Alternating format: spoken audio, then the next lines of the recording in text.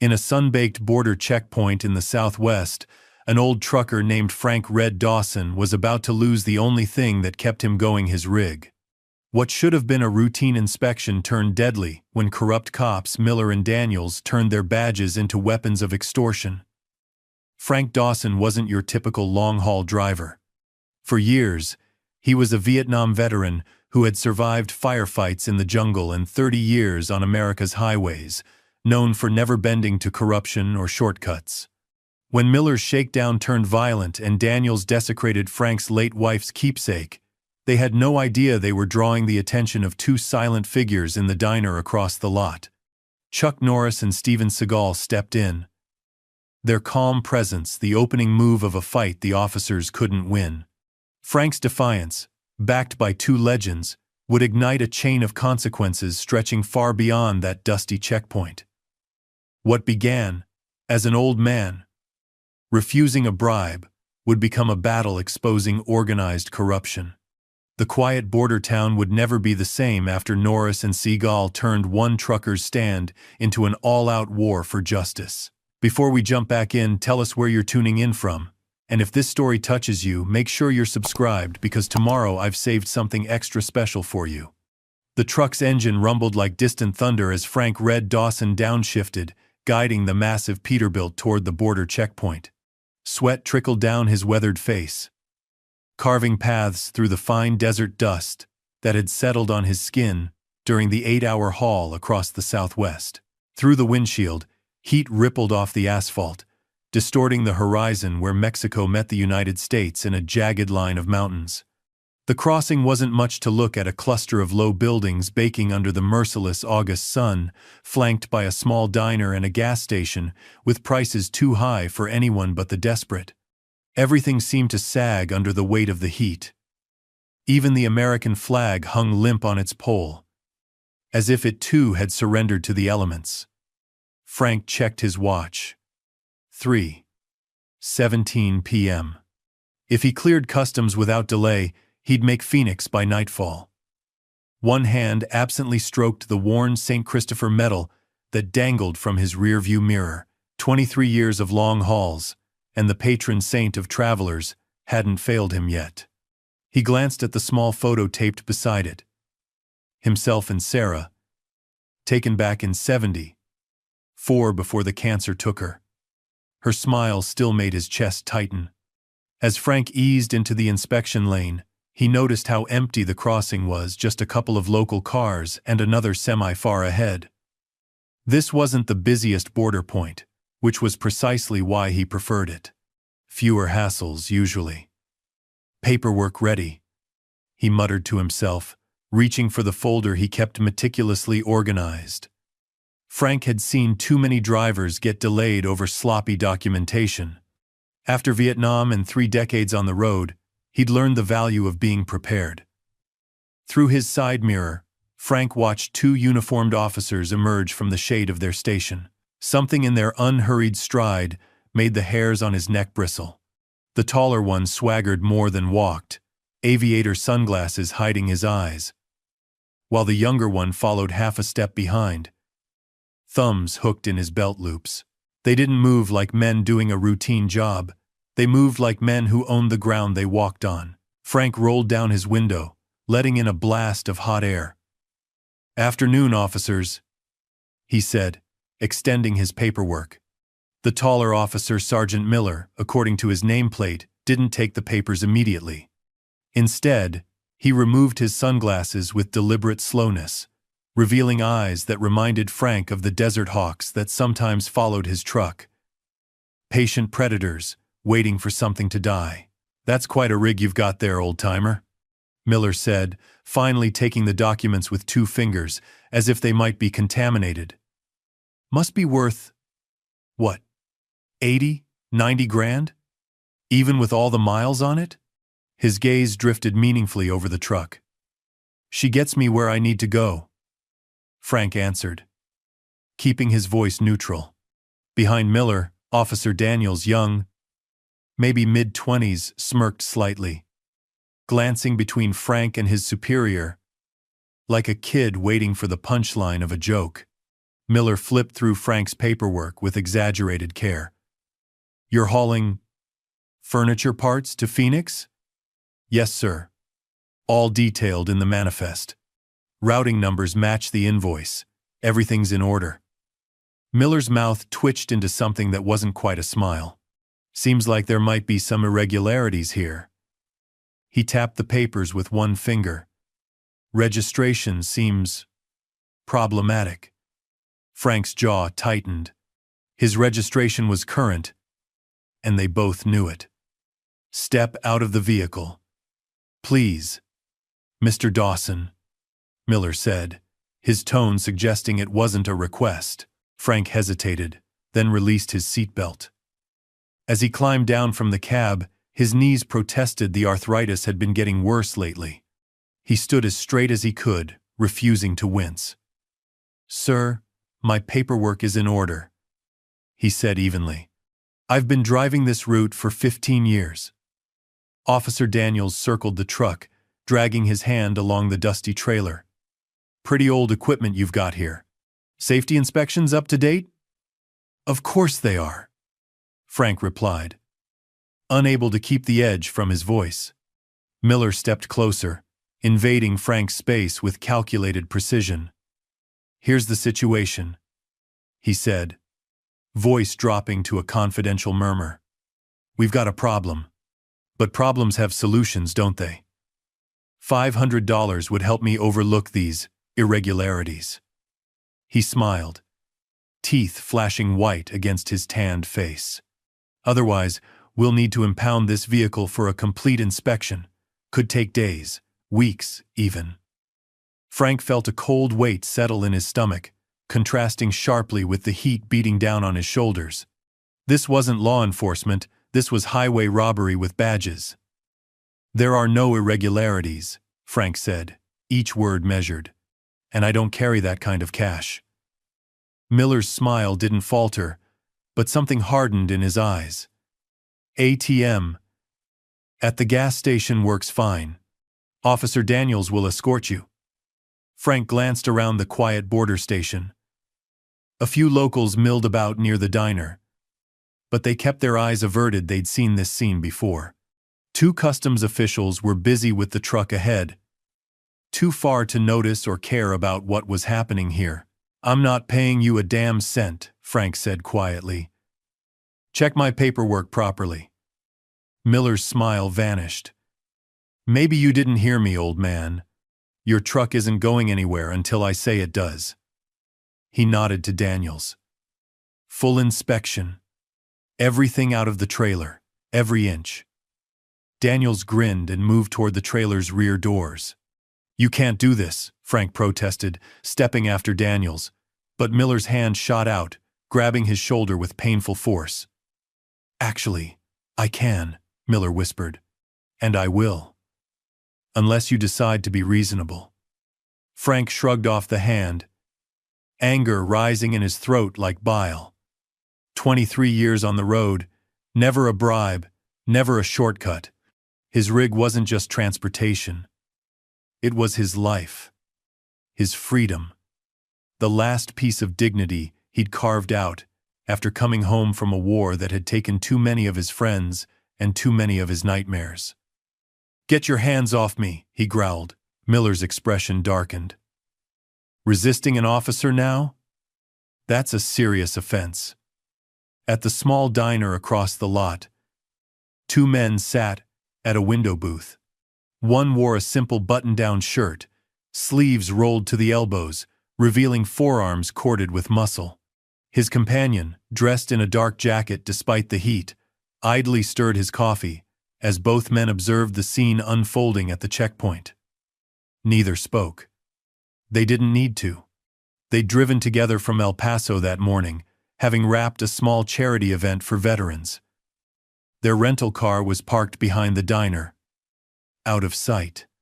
They weren't looking for trouble, but they recognized it easily enough. They'd seen it in too many forms across too many borders. Chuck Norris set down his iced tea, eyes narrowing slightly as he watched the older officer grab the trucker's shoulder.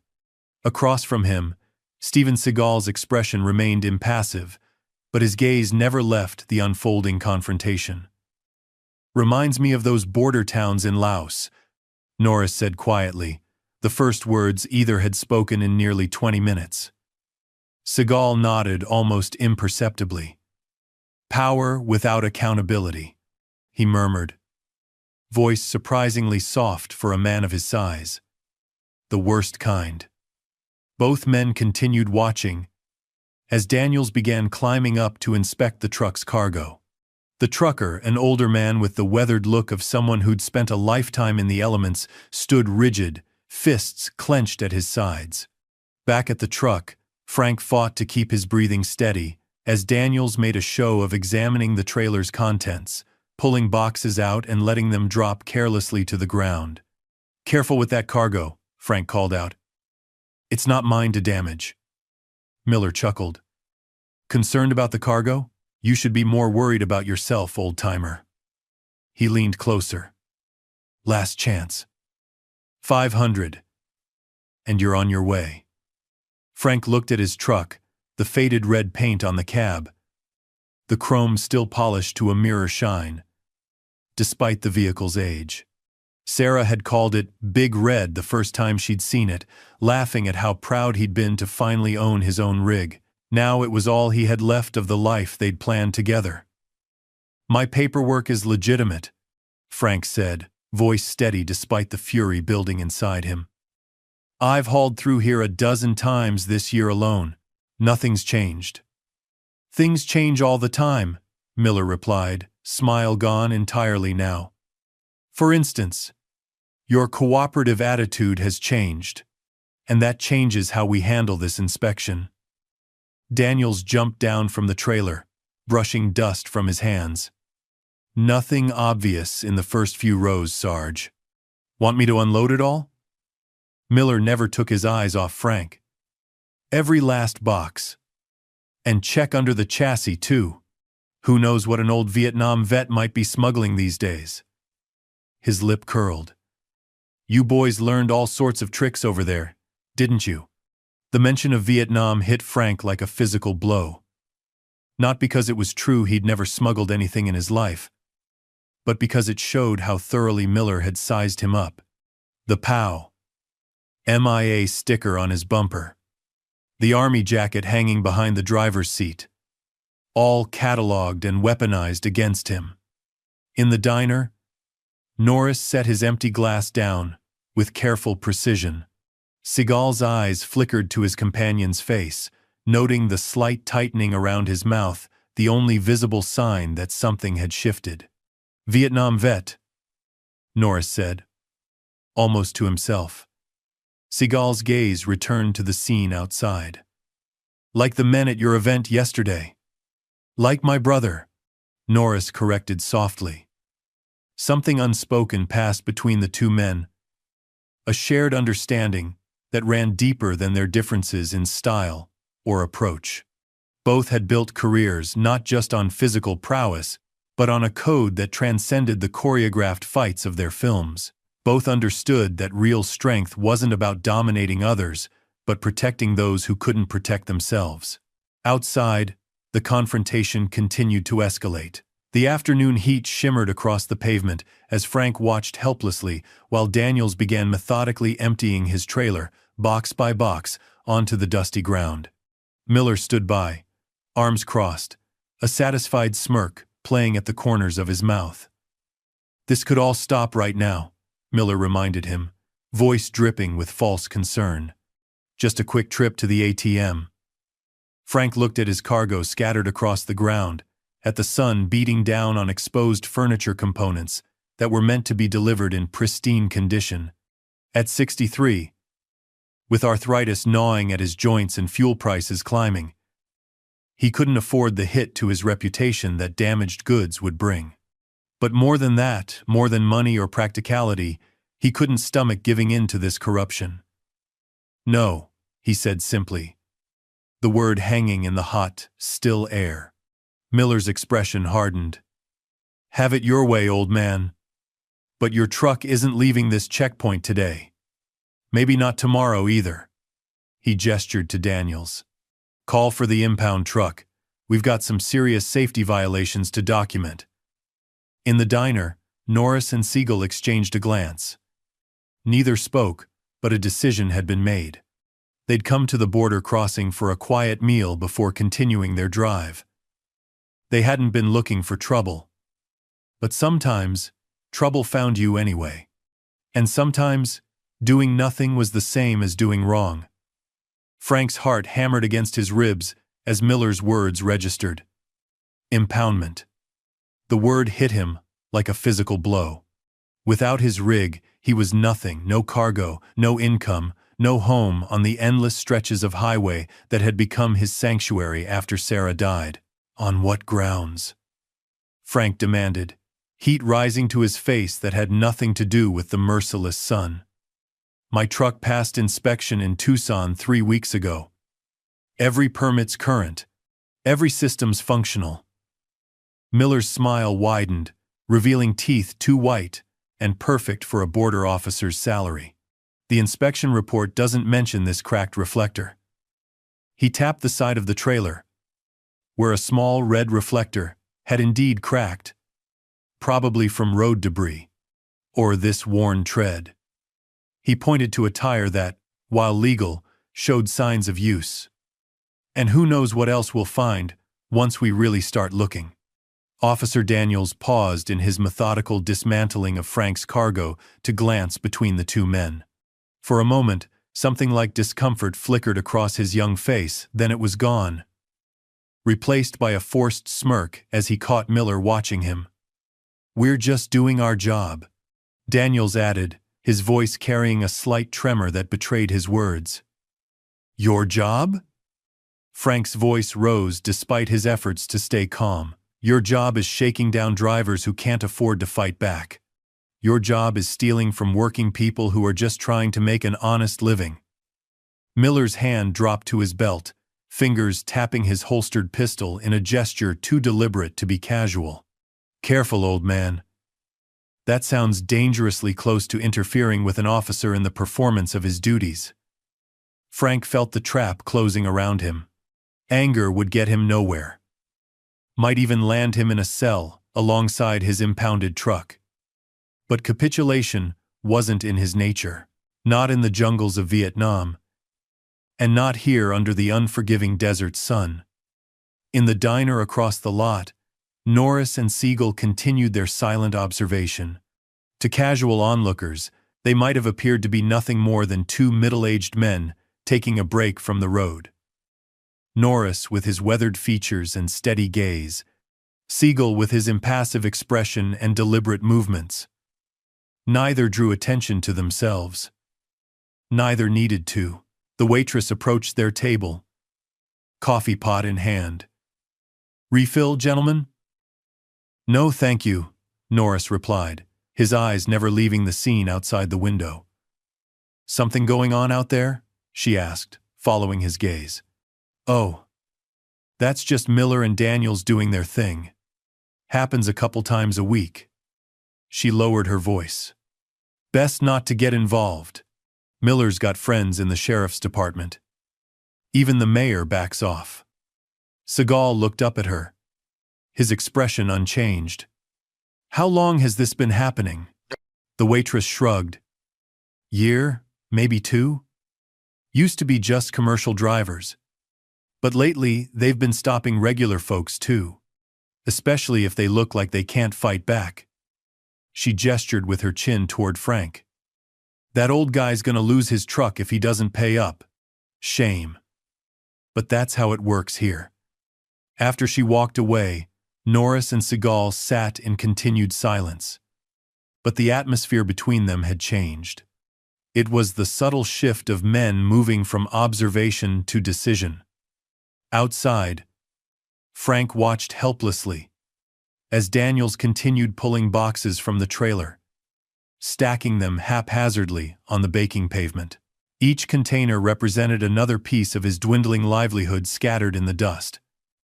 "You know, most smart drivers carry cash for situations like this," Miller said, inspecting his manicured fingernails. "Professional courtesy, they call it. I call it extortion." Frank replied, voice low but steady. Miller's casual demeanor slipped for an instant, revealing something ugly beneath. Call it whatever makes you sleep better, old man. But your truck isn't moving until I say so. A local man had stopped to watch the confrontation, cell phone halfway to his ear. Miller noticed him and barked, "Move along! Police business." The man hurriedly pocketed his phone and scurried away. Frank noted how easily the crowd dispersed, how routine this seemed to everyone except him. "How many others?" Frank asked, sudden understanding washing over him. "How many other drivers have you robbed?" Miller stepped closer, using his height to loom over Frank. "It's not robbery when you have a badge, old-timer. It's law enforcement." "It's corruption," Frank said, refusing to back down despite the throb of his bad knee, and the knowledge that he was fighting a losing battle. "And it's cowardice. Picking on people who can't fight back." Miller's face darkened. Big words, from a man about to lose his truck. He nodded to Daniels. "Check his cab. Thoroughly. Tear up the upholstery if you have to."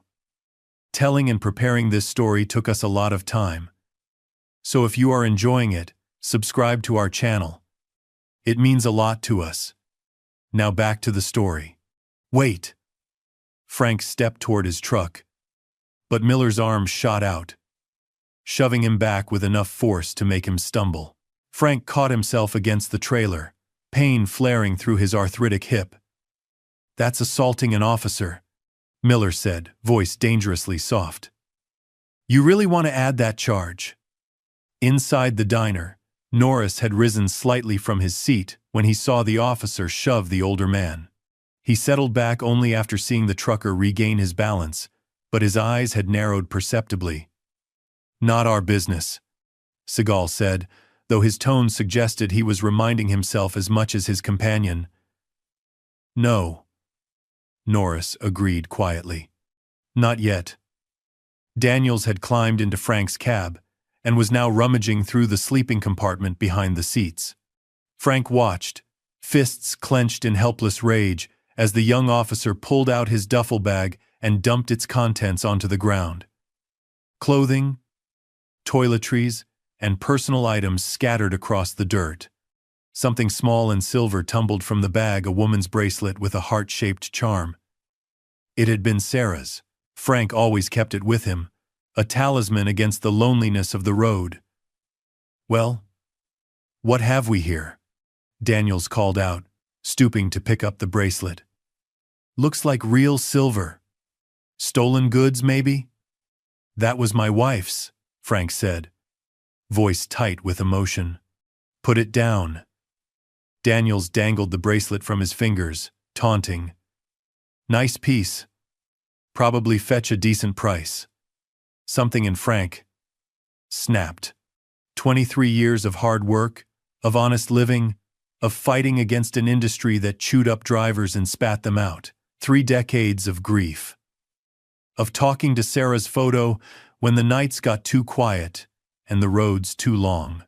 All of it crystallized into a single moment of defiance. "I said, put it down," he shouted, moving toward Daniels with surprising speed for a man his age. Miller intercepted him, grabbing his arm and twisting it behind his back in one fluid motion. Frank gasped as pain shot through his shoulder. "That's it," Miller hissed in his ear. "You're under arrest for assaulting an officer and resisting arrest." "He didn't assault anyone," came a quiet voice from behind them. Miller turned, Frank still in his grip, to find Chuck Norris standing a few yards away. The martial artist hadn't approached aggressively. He simply stood there, hands loose at his sides, expression calm but resolute. For a moment, Miller didn't seem to register who he was looking at. Then recognition dawned in his eyes, followed immediately by confusion and the first flickers of uncertainty. "This is police business," Miller said, his voice lacking the commanding edge it had carried moments before. Please, step back. I've been watching for 15 minutes, Norris replied, his tone conversational but firm. I haven't seen any police business. Just harassment of a Vietnam veteran. Miller's grip on Frank's arm loosened slightly as his attention split between maintaining control and processing the unexpected intervention. Daniels had frozen in the cab doorway, the silver bracelet still dangling from his fingers, his eyes wide with recognition. Holy shit, Daniels whispered. That's Chuck Norris. And I believe the gentleman asked you to put down his property. Came another voice. Deeper and more measured. Steven Seagal had approached from the other side. His movements unhurried, yet purposeful. He stood with perfect stillness, hands clasped in front of him, dark eyes fixed on Daniels. The young officer swallowed visibly, looking to Miller for guidance. The atmosphere had shifted so suddenly that no one at the checkpoint seemed to know how to respond. A small crowd had begun to gather at a cautious distance. Drawn by the unusual tableau, Miller, to his credit, recovered quickly. Mr. Norris. Mr. Seagal. He acknowledged, forced smile returning. I'm a fan of your films. But with all due respect, this doesn't concern you. This man was resisting a legitimate vehicle inspection. I saw him standing still while you searched his truck without probable cause. Norris countered. Then I saw you put hands on him when he objected to your officer mishandling his personal property. Miller's smile became strained. He was still holding Frank's arm behind his back, creating an increasingly awkward tableau as the seconds stretched on. We have authority to conduct thorough inspections at border crossings. And does that authority include demanding bribes? Seagal asked, his voice so quiet that Miller had to strain to hear it. The color drained from Miller's face.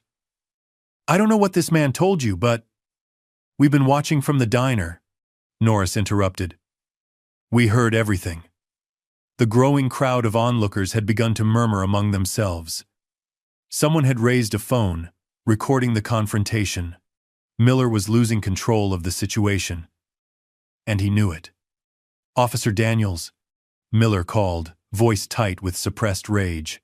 Radio for backup. Daniels hesitated, looking from his superior to the two martial artists, then at the small but growing crowd of witnesses. For the first time, the young officer seemed to be considering the consequences of his actions beyond simple obedience to Miller. Sir, Daniels began uncertainly. Maybe we should… Radio. For… backup, Miller repeated through clenched teeth. In that moment of distraction, Frank twisted free from Miller's loosened grip, stumbling backward against his truck. Miller's hand immediately went to his holster. Don't, Norris said simply, taking one step forward. Just one step. But something in his posture, in the absolute certainty of his bearing, made Miller freeze with his hand still on his weapon. The border crossing had gone completely silent. Even the desert wind seemed to hold its breath. In that silence, the metallic click of Daniels setting down the silver bracelet on the truck's step sounded unnaturally loud. Sarge, Daniels said, voice barely above a whisper. There are too many witnesses. Miller's gaze darted around, taking in the crowd, the recording phones, the two action stars, and the old trucker who stood with his back against his vehicle, rubbing his sore arm but straightening to his full height with newfound resolve. You're making a mistake, Miller said, addressing Norris and Seagal while struggling to maintain his authority. This man was transporting suspicious cargo. We have protocols. What's suspicious cargo? Frank interrupted, finding his voice again. Furniture parts? It's all documented in the manifest you're holding. Seagal stepped closer to the scattered boxes on the ground, kneeling to examine one that had broken open in the rough handling. Wood chair components, he confirmed, holding up a curved piece of finished maple, as stated in the paperwork. The crowd had grown larger. Among them were other truck drivers who had pulled in to see what was happening. Their expressions showed a mixture of surprise, satisfaction, and vindication as they watched the unfolding scene. Miller was losing, had already lost, but pride and anger kept him from accepting it gracefully.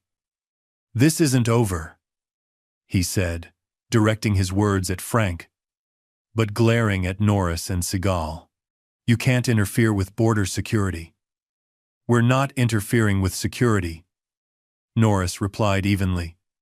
"We're witnessing a shakedown. And now, so is everyone else." He gestured to the phones recording the encounter. Miller's jaw worked silently, teeth grinding as he calculated his diminishing options. Finally, with a curt nod to Daniels, he stepped back. "Finish the inspection. By the book." Daniels nodded, relief evident on his face as he closed the truck's cab door and climbed down, careful to give Norris a wide berth. Frank straightened his shirt, dignity returning with each passing moment. He bent slowly, ignoring the protest of his joints, and picked up Sarah's bracelet from where Daniels had placed it. He clutched it tightly for a moment before carefully tucking it into his pocket. "My paperwork is in order," he said, voice stronger now. "I'd like to continue my route." Miller's face contorted with barely suppressed rage. "After a complete inspection," he insisted. "Which you've already conducted," Seagal observed. "Rather thoroughly. From what we witnessed." The sun beat down on the tableau. Frank, standing by his truck, Miller and Daniels rigid with thwarted authority. Norris and Seagal positioned like sentinels, not threatening but immovable. And the crowd of onlookers, growing bolder as they sensed the shift in power. One of the customs officials from the main building had finally noticed the commotion and was approaching with a concerned expression. "What's going on here?" she called out. Miller turned, seeing a potential ally. "Routine inspection that turned confrontational," he began. "They demanded a bribe." Frank cut in, his voice carrying across the lot. $500 to let me pass. When I refused, they started dismantling my cargo and threatened to impound my truck." The customs official looked startled, her gaze moving from the scattered boxes to Miller's face and then to the crowd of witnesses. "He's lying," Miller said, but his voice lacked conviction. "We heard everything," Norris repeated quietly. "So did they." He nodded toward the onlookers with their recording phones. The customs official's expression hardened. "Sergeant Miller. Officer Daniels. I need to speak with you. Now." She turned to Frank. "Sir. Please. Wait here." As she led the two officers toward the main building, the tension in the air began to dissipate. The crowd murmured excitedly, some approaching Frank to offer support or ask questions. Frank turned to Norris and Seagal, who had remained nearby, watchful but unobtrusive. "I don't know how to thank you," he began, voice rough with emotion. Norris shook his head slightly. "No need. You stood your ground first. We just helped. Even the odds." Seagal regarded the scattered boxes. "Let's get your cargo reloaded," he said simply. "You've got a schedule to keep." As the three men began gathering the displaced cargo, others from the crowd stepped forward to help drivers who had faced similar treatment, locals who had witnessed the corruption but been powerless to stop it. Together, they worked to restore order from the chaos Miller had created. Frank worked alongside them, moving more slowly due to his arthritis, but refusing to stop. With each box returned to the trailer, each piece of his dignity restored, he felt a weight lifting from his shoulders. Not just the immediate danger of losing his truck, but the accumulated weight of all the times he'd felt powerless since Sarah's death. Today, at least, the good guys had won. But the confrontation was far from over. The customs official emerged from the main building 20 minutes later, her face set in grim lines. Behind her, Miller and Daniels followed at a distance. Their expressions a study in contrast, Miller's twisted with barely contained fury, Daniels uncertain and vaguely nauseated. By then, Frank's cargo had been nearly restored to order. The boxes repacked with surprising efficiency by the impromptu crew of helpers. Norris and Seagal had worked steadily alongside the others, neither seeking attention nor avoiding it, simply focusing on the task at hand with the same quiet competence they brought to everything they did. "Mr. Dawson," the customs official called, approaching the truck. Her nameplate identified her as J. Ortiz, senior officer. "I'd like to speak with you privately, if possible." Frank nodded, brushing dust from his hands. "Of course." She led him a short distance away, just out of earshot of the others but still within view, a deliberate choice, Frank suspected, to avoid any appearance of further misconduct. "I want to apologize for what happened here today," she began, her voice low but clear. "This is not how we conduct business at this crossing." Frank's eyebrows rose slightly. "With all due respect, ma'am." The waitress at the diner seemed to think it happens regularly. Ortiz's mouth tightened. "I've heard rumors, but this is the first time anyone's been willing to come forward. Most drivers just pay or turn back." She glanced over at Miller, who stood rigidly by the main building, watching them. "Unfortunately, without formal complaints, there's been little I could do." "And now?" Frank asked. "Now, we have witnesses. Credible witnesses." Her gaze flickered toward Norris and Seagal, then back to Frank. "But I still need your statement. Are you willing to file a formal complaint?" The question hung in the air between them. Frank knew what she was really asking. A formal complaint meant delays, paperwork, possibly even a court appearance down the road.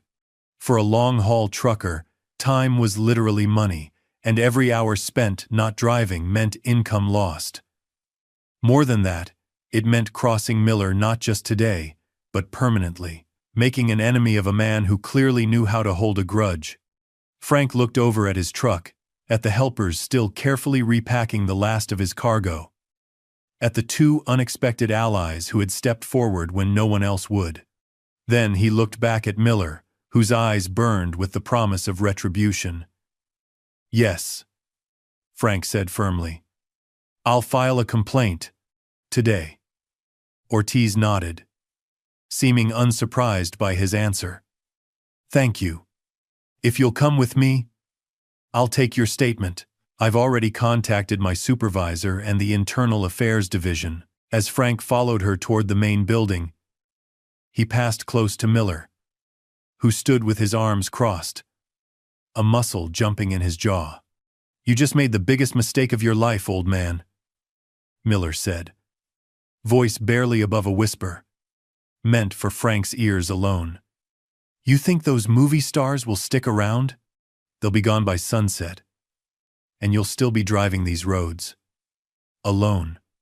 Frank kept walking, not dignifying the threat with a response, but the words burrowed under his skin. Miller was right about one thing: Norris and Seagal would move on. They had their own lives, their own responsibilities, and Frank would still be here, navigating the same routes, potentially crossing paths with Miller again. Inside the customs building, the air conditioning hit Frank like a physical force after hours in the desert heat.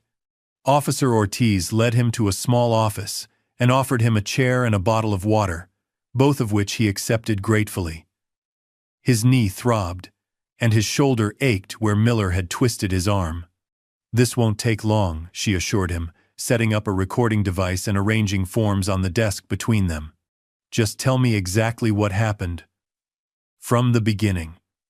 Frank recounted the events methodically, starting with his arrival at the checkpoint and proceeding through the escalating confrontation.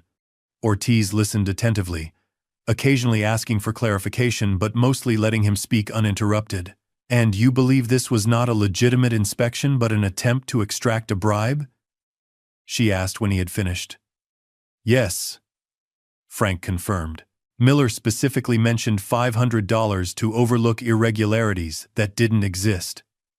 Ortiz nodded, making a note on her form. And there were witnesses to this demand?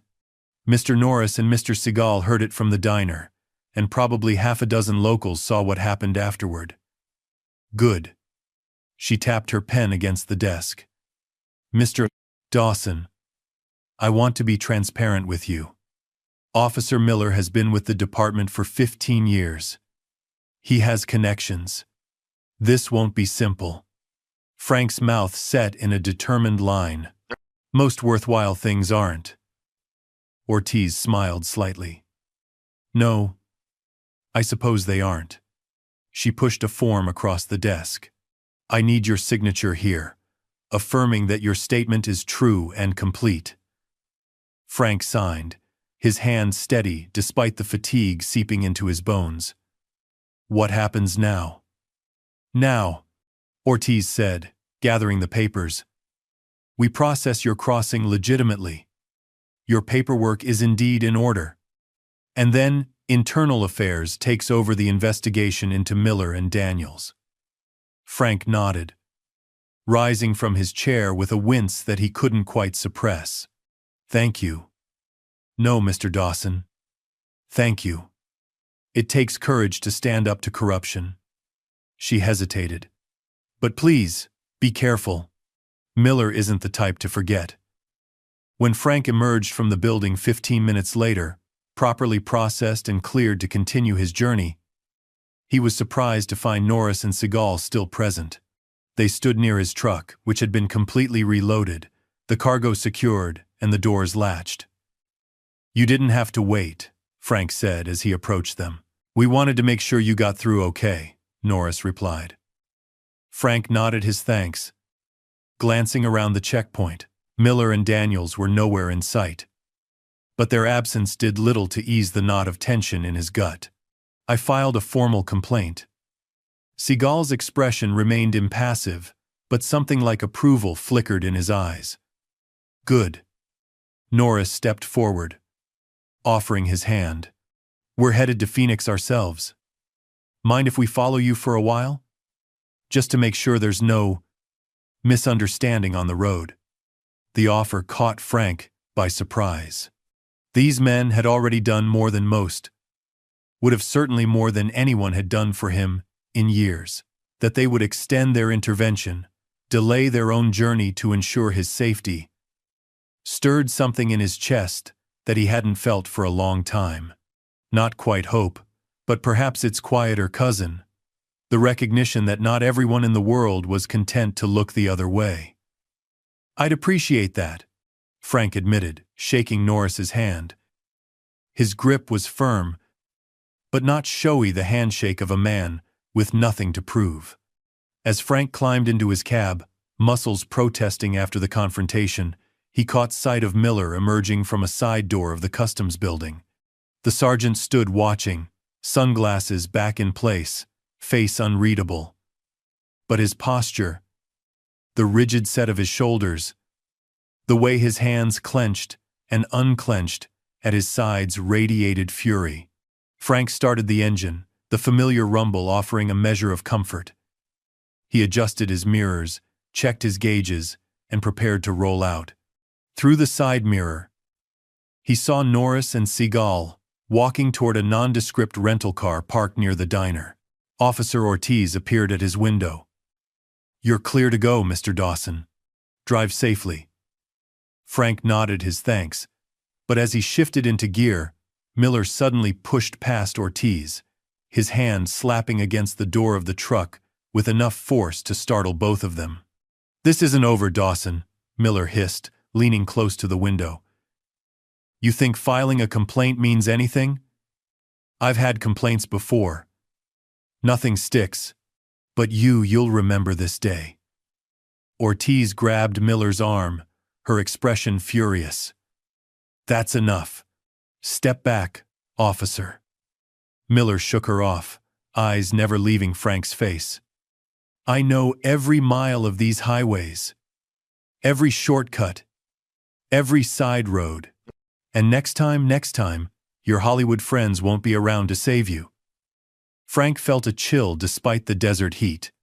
There was something in Miller's eyes that went beyond simple corruption or wounded pride. Something unhinged and dangerous. "Is that a threat, Sergeant?" Frank asked quietly. "It's a promise," Miller replied, voice dropping to a whisper that somehow carried more weight than a shout. "Old men like you shouldn't travel alone. Too many accidents on these roads. Too many trucks found abandoned." Before Frank could respond, Ortiz physically inserted herself between them, pushing Miller back. "Sergeant Miller, stand down immediately!" Miller's face contorted with rage, but he took a step back, teeth bared in what might have been mistaken for a smile, if not for the coldness in his eyes. "Have a safe trip, Dawson." Frank watched him stalk away, heart hammering against his ribs. The threat had been unambiguous, and despite the formal complaint, despite the witnesses, he knew with sudden clarity that Miller wasn't done. Men like that never were. They nursed their grudges, fed them like pets, until the right moment came to unleash them. With hands that weren't quite steady, Frank put the truck in gear and pulled away from the checkpoint. In his mirror, he could see Norris and Seagal's rental car falling in behind him, a reassuring presence. But they wouldn't be with him forever. Eventually, he would be alone again, on roads that suddenly felt a lot less welcoming. The highway stretched before him, a ribbon of asphalt shimmering with heat. Frank tried to focus on the familiar routine, the rhythm of the engine, the weight of the wheel in his hands, the endless horizon pulling him forward. But Miller's words echoed in his mind, poisoning the solitude he had once cherished. Too many accidents on these roads. Too many trucks found abandoned. Frank reached for the radio, needing some noise, any noise to drown out the memory of Miller's voice. As music filled the cab, he noticed his hands were trembling slightly. Not from fear, he told himself. From anger. From the adrenaline crash after standing his ground. But deep down, Frank knew better. For the first time in years, he was afraid. Not of death, he'd faced that possibility too many times to fear it, but of dying like this, alone on some dusty back road, his truck ransacked, his body left for the desert to claim. No dignity, no purpose. Just another statistic. Another mystery for the highway patrol to half-heartedly investigate before filing it away under unsolved. The road wound through rocky outcroppings, the terrain gradually becoming more rugged as they left the border behind. Frank checked his mirrors compulsively, noting with relief that the rental car remained a steady distance behind him. Its presence was reassuring, but it also underscored a painful truth. He had become the kind of man who needed protection. The years, it seemed, had finally caught up with him. Frank had just rounded a sharp curve when he saw a highway patrol car parked on the shoulder ahead, lights flashing. His stomach knotted. It was too soon after the crossing to be coincidence. Too perfectly positioned to be routine. Miller had made a call. Frank's first instinct was to keep driving, to press the accelerator and hope the patrol car wouldn't follow. But decades of living by the rules, of believing in a system that mostly worked despite its flaws, made that impossible. He was not a man who ran. Not in Vietnam. Not in the decades since. And not today. With a sigh that seemed to come from his very soul, Frank signaled and began to pull over. In his mirror, he saw the rental car slow as well, stopping a short distance behind him. At least he wouldn't face this alone. The patrol officer emerged from his vehicle young, maybe 30, with a neatly trimmed mustache and the overly precise movements of someone relatively new to authority. He approached Frank's window with one hand resting on his holstered weapon, a stance that seemed unnecessarily aggressive for a routine traffic stop. "License and registration," the officer demanded without preamble. Frank complied. Movements deliberate and slow. "Can I ask why I've been stopped, officer?" "Reported brake light malfunction," the patrolman replied, studying Frank's documents with exaggerated thoroughness. "And possible cargo irregularities." The wording was too close to Miller's accusations to be coincidental. Frank felt his jaw tighten. "My brake lights are functional. I checked them this morning. And my cargo was just inspected at the border crossing." The officer's expression remained impassive. "Step out of the vehicle, sir." Frank hesitated, weighing his options. Compliance might lead him into the same trap he'd just escaped. Refusal would only escalate the situation. Before he could decide, the sound of car doors opening behind him drew the officer's attention. Norris and Seagal approached unhurriedly, their posture non-threatening but purposeful. The patrolman's eyes widened slightly as recognition dawned. "Is there a problem here?" Norris asked, his tone conversational but carrying an unmistakable weight. The officer straightened, suddenly looking much younger and less certain. "Routine traffic stop. Nothing to concern yourself with, sir. We just left the border checkpoint," Seagal said, his deep voice carrying across the empty landscape. Mr. Dawson's vehicle was thoroughly inspected there, by Officer Ortiz herself. The patrolman's gaze flickered between them, the confidence in his bearing visibly eroding. "I received a call about potential violations." "From Sergeant Miller, I'm guessing?" Norris said. Not a question, but a statement. A flush crept up the young officer's neck. "I'm not at liberty to discuss. Miller just threatened this man in front of witnesses," Norris continued calmly. "Including a senior customs official. There's an internal affairs investigation opening as we speak." He paused, letting the implications sink in. "You might want to consider whether you want your name connected to that investigation." The officer's expression cycled through confusion, alarm, and finally, caution. He looked down at Frank's license in his hand, then back at the two men standing patiently on the shoulder of the road.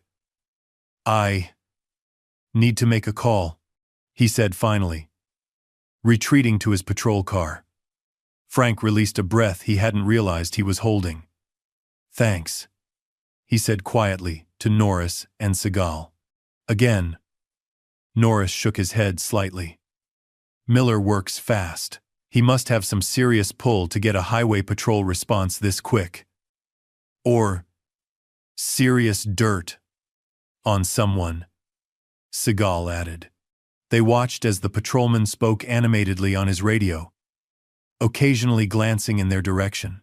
After several minutes, he emerged and approached them again, his demeanor markedly different, professional but subdued.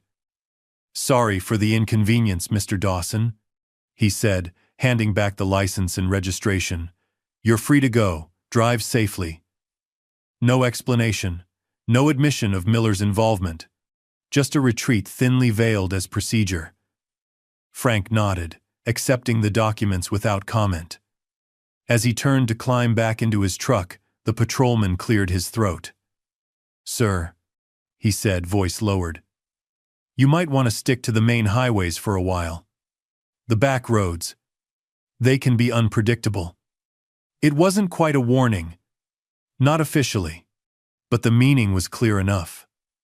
Frank nodded again, a silent acknowledgement of the unspoken communication. The officer returned to his vehicle and pulled away without a backward glance, leaving them alone on the sun-baked shoulder of the highway. "He's right," Norris said, watching the patrol car disappear around a bend. "Miller's not going to let this go." "No," Frank agreed, suddenly feeling every one of his 63 years. "He's not." The three men stood in silence for a moment. the weight of the situation settling over them like the relentless desert sun. Frank had won the immediate battle at the checkpoint, but the war had only just begun. Miller had resources, connections, and most dangerously, a wounded ego. He would be waiting for his opportunity the moment when Frank was alone and vulnerable.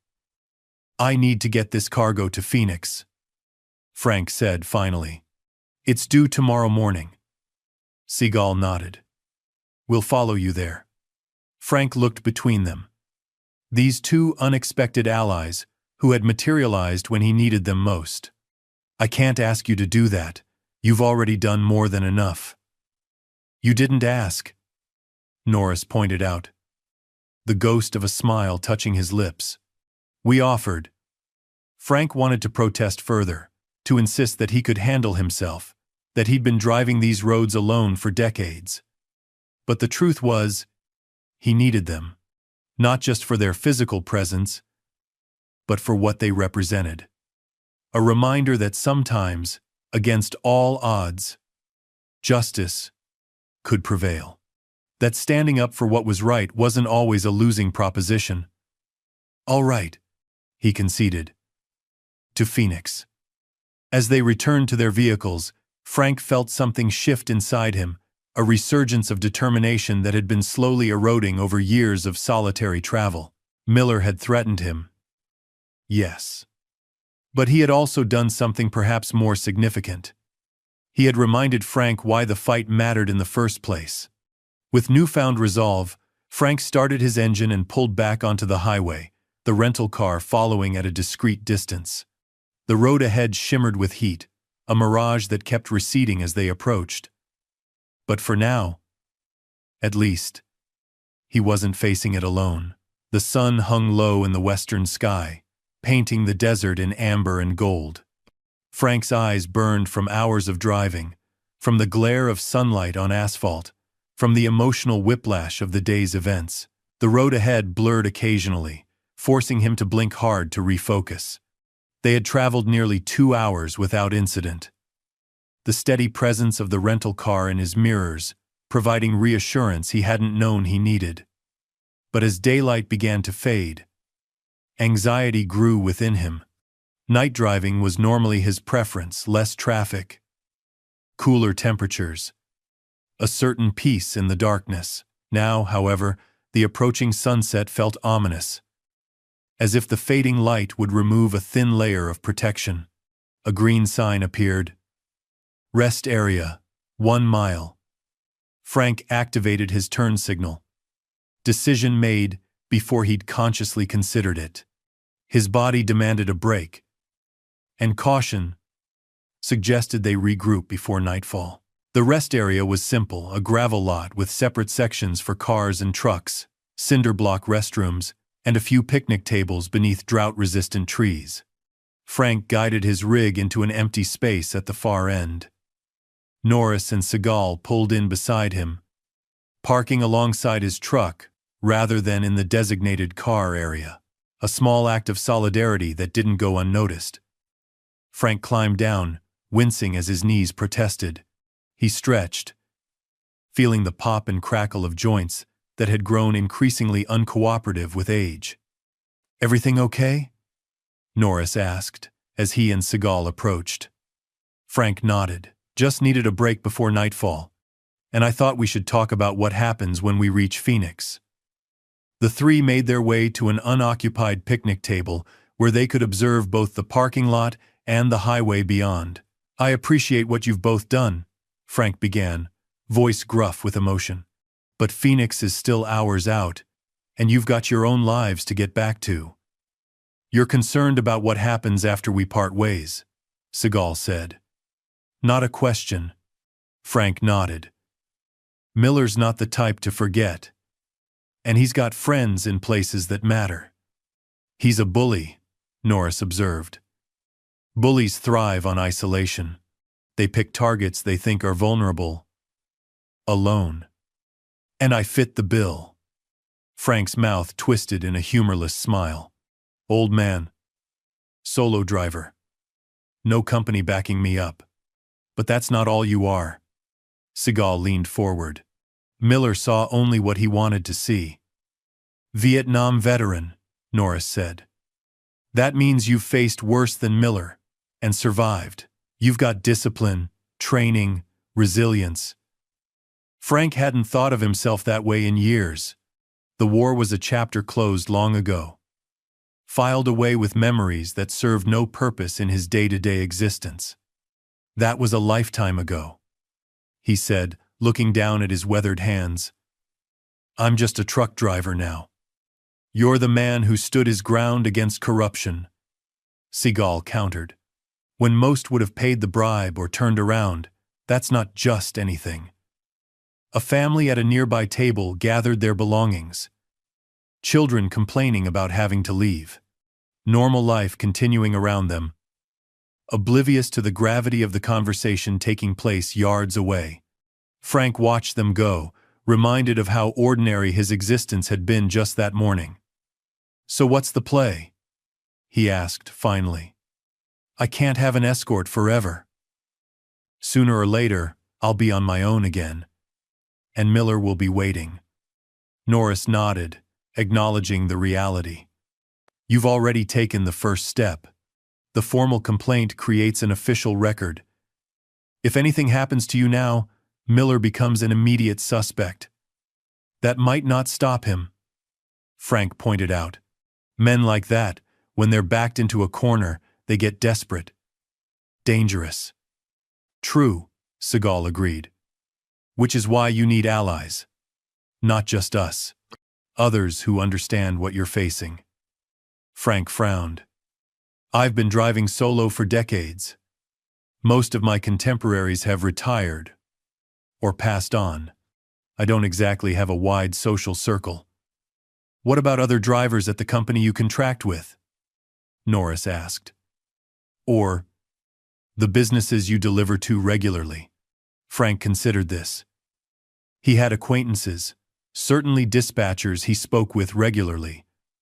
Loading dock managers who knew him by name. Fellow drivers he encountered at the same stops month after month. Not friends, exactly, but people who might notice if he suddenly disappeared. There are some, he admitted. Not close. But they'd notice if I stopped showing up. That's a start, Norris said. Make those connections stronger. Let people know what happened today. Not dramatically. We don't want to make you sound paranoid, but matter-of-factly. Create witnesses before the fact. And Miller? What about him? Seagal's expression hardened slightly. Men like Miller rely on shadows, on isolation, on the assumption that no one is watching. So we make sure he knows people are watching. We have contacts, Norris explained. In law enforcement, in veterans organizations, people who understand the importance of standing up to corruption. For the first time since the confrontation, Frank felt a glimmer of genuine hope. Not because these men were celebrities, but because they understood something fundamental. That evil thrived in darkness, in isolation, in the belief that good men would do nothing. You'd do that? Frank asked, the question emerging more vulnerable than he'd intended. For a stranger? For a fellow veteran? Norris corrected gently. For a man who did the right thing when it would have been easier to give in. A comfortable silence fell, broken only by distant traffic sounds and desert birds preparing to roost. The sun had dipped lower, casting long shadows. They would need to move on soon to reach Phoenix before it grew too late. As if sensing his thoughts, Seagal rose. We should continue. Better to arrive while businesses are still open. Frank nodded, reaching for the table's support as he stood. His body felt heavier than usual, the day's stress manifesting as physical fatigue. I never asked, he said suddenly. What brought you two out this way? Seems like quite a coincidence. Norris and Seagal exchanged a glance containing volumes of unspoken communication. Veterans charity event in El Paso, Norris explained simply. We were heading back to Phoenix for a flight tomorrow. Frank accepted the answer, without further question.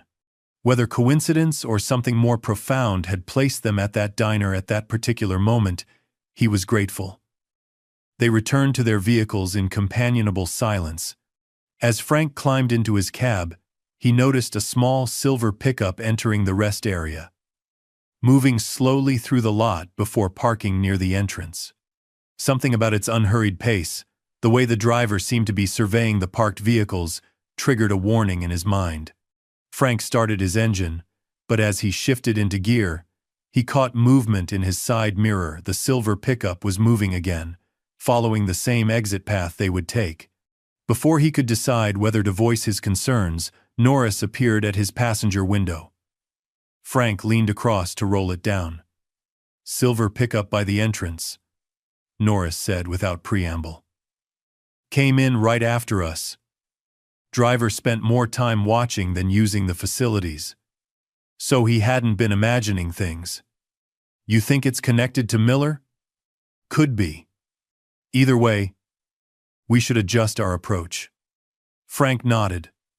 "A plan forming. There's a truck stop about 10 miles ahead.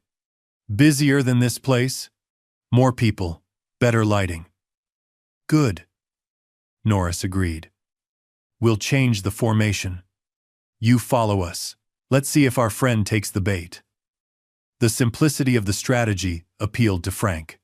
If the pickup was indeed following them, changing positions would force the driver to reveal his intentions to either fall in behind the truck specifically, or to maintain position behind the lead vehicle.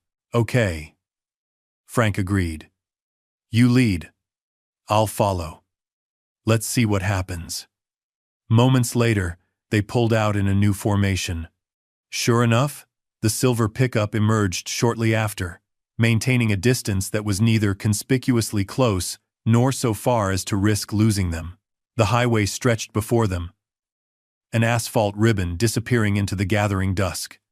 Their three-vehicle caravan moved through the vastness of the desert, connected by an invisible thread of mutual protection and shared purpose. Frank's hands remained steady on the wheel, but his mind raced, considering scenarios, planning responses. The training from Vietnam, dormant for so long, had awakened the hypervigilance, the tactical thinking, the constant assessment of threats and exits. For the first time in decades, he wasn't facing danger alone. And that simple fact changed everything. The convoy maintained a steady pace along the desert highway, headlights cutting through the darkness. Frank checked his mirrors compulsively, finding reassurance in the steady presence of Norris and Seagal's rental car behind him. Way and Parsons led in their SUV, creating a protective buffer that made Frank feel safer than he had in years. They were 40 miles outside Phoenix when Frank noticed the dark SUV that appeared behind Norris and Seagal, maintaining a consistent distance that seemed too deliberate to be coincidental. "We've got company," Frank said into the prepaid phone. "Black SUV. Behind your position." "We see it," Norris confirmed, voice calm. "Tinted windows. No front plate. He's keeping his distance, but definitely tracking us." 10 more miles passed intense vigilance. Then, without warning, headlights appeared on a parallel access road. The vehicle, a heavy-duty pickup with oversized tires, accelerated suddenly, cutting directly into the path of Parsons and Way's SUV, forcing them to swerve violently. The lead SUV fishtailed, Way fighting for control. For a heart-stopping moment, it seemed he would recover. Then the SUV hit loose gravel on the shoulder and rolled once before coming to rest, 15 yards from the highway. Frank's instinct was to brake, to render aid. But the prepaid phone rang sharply. "Keep moving," came Seagal's voice, controlled but tense. "We'll check on Parsons and Way. Don't stop for anything." Before Frank could protest, the black SUV that had been following them suddenly accelerated, swinging alongside Norris and Seagal's rental car before swerving sharply, attempting to force them off the road. What happened next occurred with such precision that Frank could hardly believe his eyes. The rental car didn't panic brake or swerve wildly as the attackers likely expected. Instead, it maintained perfect control, yielding just enough to avoid impact before executing a textbook defensive driving maneuver. The SUV, surprised by the skillful response, overcompensated. When it swerved again, more aggressively, Norris was ready. The rental car dropped back sharply, causing the SUV to miss its target entirely. In the moment of confusion, the rental car accelerated alongside the SUV before Seagal did something that caused the SUV's front tire to blow out. The effect was catastrophic. At highway speeds, the loss of a front tire sent the SUV into an uncontrollable spin. It careened across both lanes before flipping twice and coming to rest in a crumpled heap on the opposite shoulder.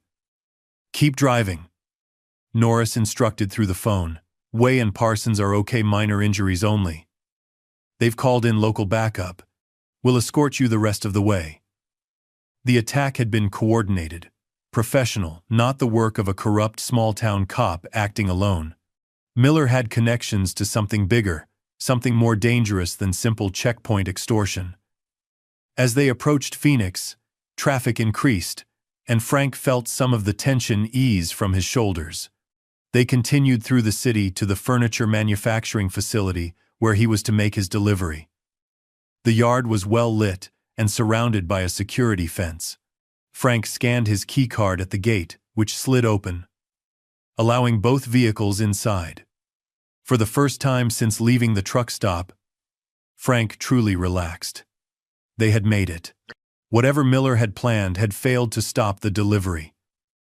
He parked his truck in the unloading bay and shut off the engine. The sudden silence almost deafening. Norris and Seagal approached as Frank climbed down from his cab. The three men stood in the harsh glare of the security lights. A moment of shared accomplishment, passing wordlessly between them. "We made it," Frank said, voice rough with emotion. "We did." Norris nodded. "Way just texted he and Parsons are okay. Minor cuts and bruises. Local police have secured both vehicles. 3 suspects in custody." "3?" Frank frowned. 2 from the SUV. 1 from the pickup that ran way off the road. Seagal explained. "The pickup driver tried to flee on foot but didn't get far." "This is bigger than Miller, isn't it?" Frank asked. He couldn't organize something like this alone. "We think Miller might be part of a larger operation," Norris confirmed. The border checkpoint was just one node in a network. "Bribes, harassment, maybe worse." "Organized crime?" Frank asked. "Or organized corruption?" Seagal replied, his eyes hardening. "Sometimes the line blurs."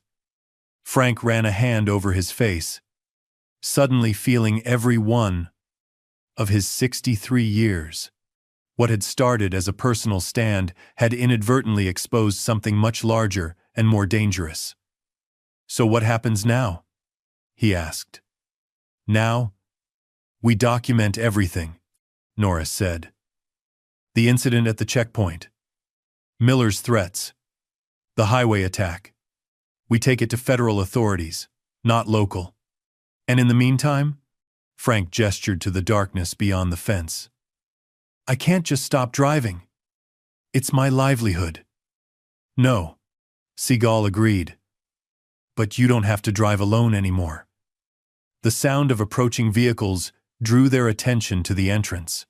2 cars pulled up, a police cruiser with Phoenix PD markings and an unmarked sedan that screamed, "Federal Agent." "These are the good guys," Norris assured him, noticing Frank's tension.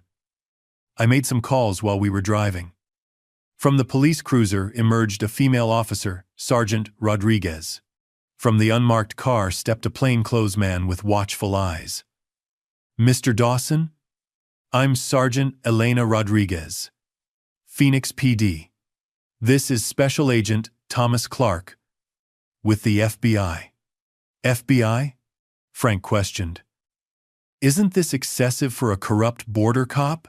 Not when that border cop might be connected to a multi-state corruption and smuggling investigation we've been building for months, Clark replied. Your friends provided some interesting puzzle pieces we've been missing. We've been investigating a pattern, he continued. Harassment and extortion at certain border crossings. Truckers refusing to pay suddenly targeted for inspection. Cited for violations. Sometimes worse. But witnesses disappear or change their stories. Because they're afraid, Frank said, thinking of Miller's threats. Yes, but you're different. You stood your ground, filed a formal complaint. And you have witnesses who can't be easily intimidated. Clark nodded toward Norris and Seagal. We'd like to take your full statement, Rodriguez said. Every detail, from the checkpoint to the highway attack. Frank nodded. Responsibility settling on his shoulders. His stand against Miller had made him a key witness in something much larger than a border shakedown. As they moved toward the vehicles, Frank found himself walking between Norris and Seagal, their presence forming a protective buffer, both physically and emotionally. For a man who had defined himself by independence, it was strange but not unwelcome. Thank you, he said quietly. For everything. No thanks needed, Norris replied. You did the hard part standing your ground when it would have been easier to give in. We just evened the odds, Seagal added simply. Frank glanced back at his truck, the red Peterbilt that had been his constant companion for over 2 decades. For years after Sarah's death, the truck had been his life. It had given him the illusion of freedom, of self-sufficiency. But today had taught him something important. True freedom didn't come from isolation. It came from connection. From standing with others against injustice. Miller had tried to use Frank's solitude against him. Had seen his independence as vulnerability. What he hadn't counted on was that sometimes, standing your ground was all it took to find allies you never knew you had. 3 months later, Frank guided his truck through the familiar approach to the border checkpoint. The desert landscape hadn't changed, but almost everything else had. More officers were visible, official vehicles prominently displayed, and cameras mounted where none had been before. Frank pulled into the inspection lane, window already lowered. A female officer approached, not Ortiz, but someone with the same air of professional competence. Good morning, she greeted. License and registration, please. Frank provided the documents, watching as she reviewed them with appropriate thoroughness. Not the theatrical performance Miller had enacted, but the genuine article. Everything looks in order, Mr. Dawson. Would you mind opening the trailer for a routine inspection? Frank complied, revealing neatly stacked crates of electronic components. The officer conducted a brief but thorough check, her manner efficient and respectful. Things have changed around here, Frank observed as he secured the trailer doors.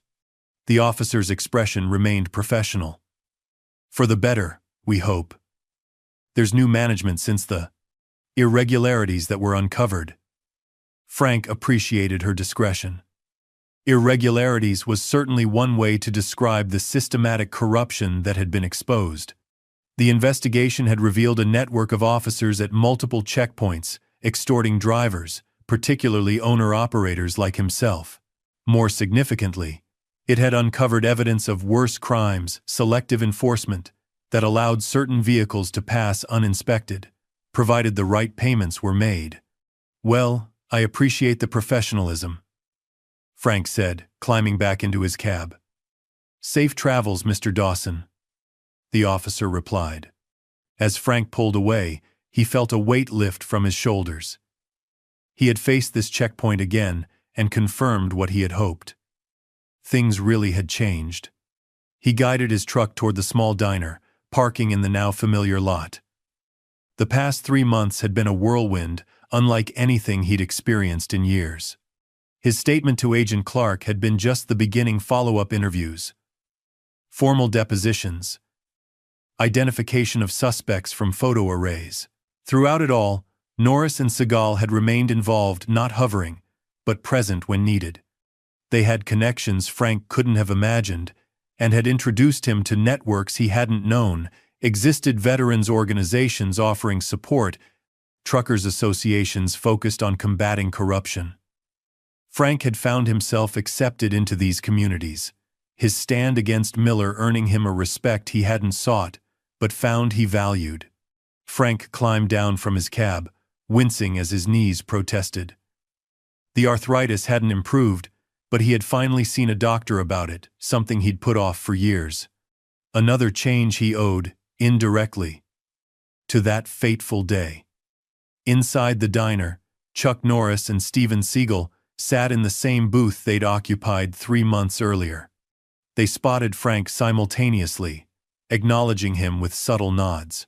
"Right on time," Seagal observed as Frank joined them.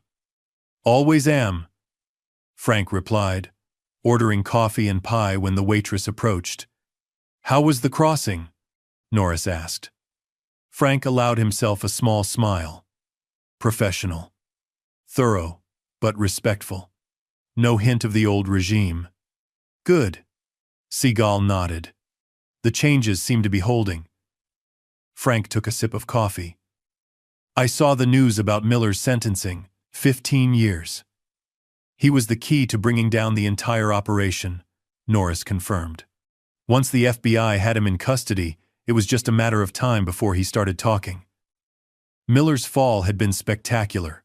The highway attack had been his desperate attempt to silence a witness, accelerating his downfall.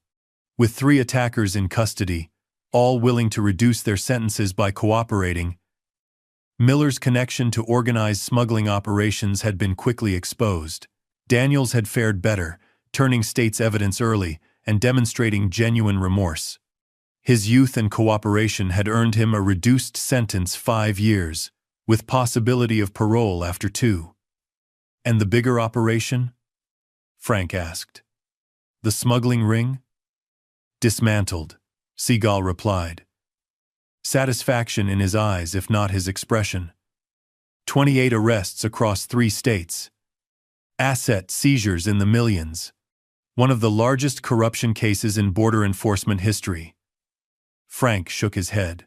"All because I wouldn't pay a $500 bribe. All because you stood your ground when it would have been easier not to," Norris corrected. "Sometimes that's all it takes to start something bigger. I've been thinking about Sarah a lot," Frank said, the words emerging before he'd fully formulated the thought. "About what she'd make of all this. She always said I was too stubborn for my own good. But she also taught me that some things are worth being stubborn about. After she died, I lost sight of that. Got too focused on just getting through each day, each mile. Grief does that," Norris observed quietly. "Narrows your focus to survival. But these past few months, it's like waking up from a long sleep, remembering who I used to be." The 3 men sat in companionable silence for a moment, each lost in his own thoughts. "I've been offered a job," Frank said finally, "with the Truckers Against Trafficking organization. Training drivers to recognize signs of human smuggling along the border routes." "Are you considering it?" Seagal asked. "More than considering," Frank admitted. "I'm going to take it. Keep driving part-time, but spend the rest teaching others what to look for, how to respond safely." He paused. "How to stand their ground when it matters." Norris smiled, a genuine expression that transformed his weathered features. "Sounds like a perfect fit." "It feels right," Frank agreed. "Like maybe all this happened for a reason." As they prepared to depart, a sense of closure settled over Frank. Not the ending of a chapter, but the beginning of a new one, where his decades of solitary travel served a purpose beyond simple survival. where his stubborn integrity found expression in something larger than himself. "Will I see you two again?" Frank asked as they stood beside his truck. "Count on it," Norris said simply. "We have a veterans event in Tucson next month," Seagal added. "Perhaps we could meet afterward." "I'd like that," Frank replied, surprised by how much he meant it. These men had become something he hadn't had in years. Friends. They shook hands, the gesture carrying more weight than words could express. Frank climbed into his truck, the familiar cab welcoming him with the embrace of well-worn leather. He started the engine, its rumble resonating through his body like a heartbeat. For 23 years, this truck had been his constant companion, his shelter, his escape from grief. Now, it would become something else, a platform for change, a vehicle not just for transporting cargo but for making a difference. Frank adjusted his mirrors, checking the secure positioning of Sarah's bracelet on the dashboard, no longer hidden but displayed prominently. A reminder of all that had been, and all that could be. He put the truck in gear and pulled onto the highway, heading toward Tucson with the desert stretching endlessly around him. The road ahead was long, as it always had been, but for the first time in years, it felt less like an escape route and more like a path forward. "Well, old girl," he murmured to Sarah's memory. "Looks like your stubborn old man still has some fight left in him after all." The highway stretched before him, a ribbon of possibility cutting through the unforgiving landscape. Frank drove on, no longer alone, even in his solitude, carrying with him the quiet certainty that sometimes the most powerful force in the world was simply the courage to stand your ground and the wisdom to recognize when others stood with you. Up next, we have 2 more incredible stories that are waiting for you. Just click the image you want to watch, and it will take you there. If you enjoyed this video, make sure to subscribe. It would mean a lot.